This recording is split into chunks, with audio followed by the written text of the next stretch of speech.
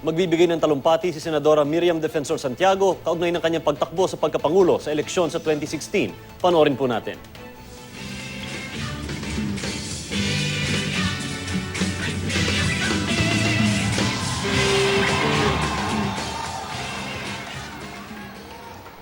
Thank you very, very much.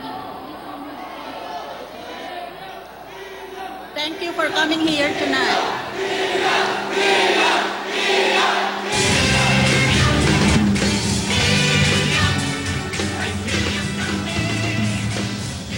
Thank you for coming here tonight. Allow me to introduce myself.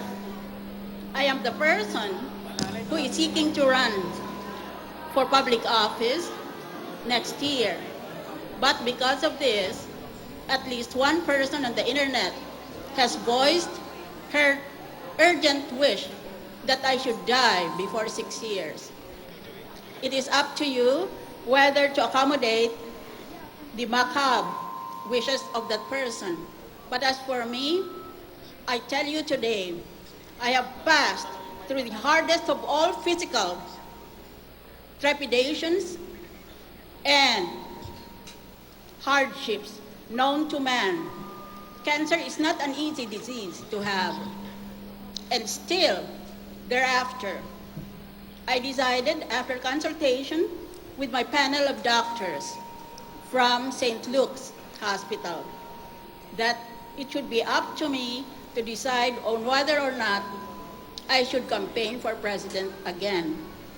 My answer is this. Do you want a clean government? Do you want a courageous government? Do you want a government of, by, and for academic excellence? If that is the case, do you want me to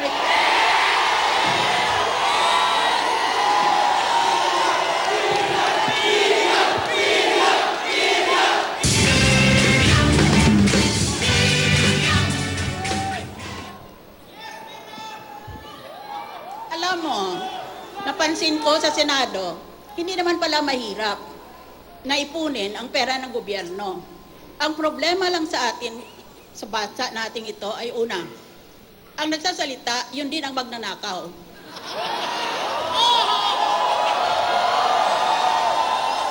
Pangalawa, pag nagsasalita sila, kunwari laban sila sa graft and corruption, maling-mali pa ang English nila.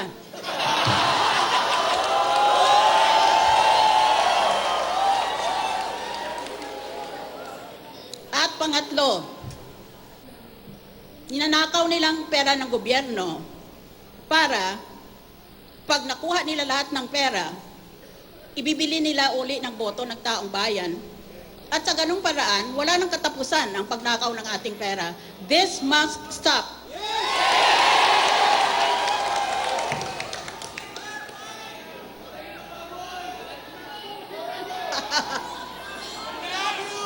Kaya, subukan at subukan ko pa rin ang lahat ng magagawa ko.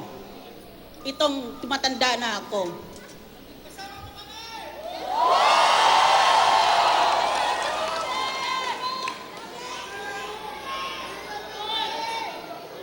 Kasama mo ako? Hindi mo lang alam ang ugali ko.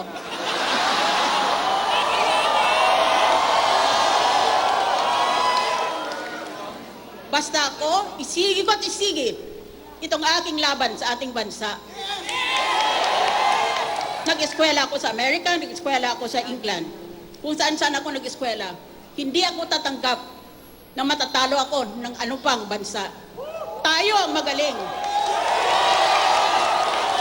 Filipinos, believe in yourself. Have faith in the Filipino.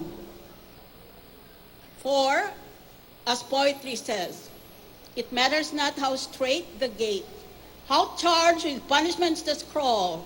I am the master of my fate. I am the captain of my soul. Come and join me, and thank you very much for becoming the captain of your soul. Thank you.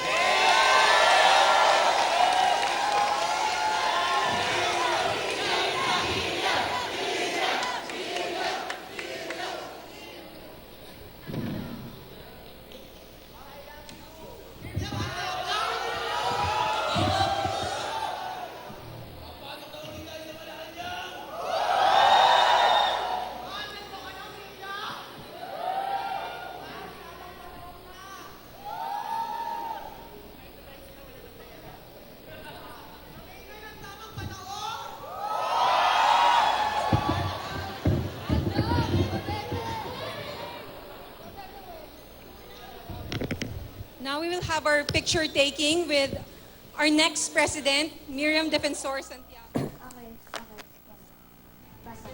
At yan po ang talumpati ni Senadora Miriam Defensor Santiago. Ayon sa kanya, kailangan tumigil ang pagnanakaw sa kaban ng bayan.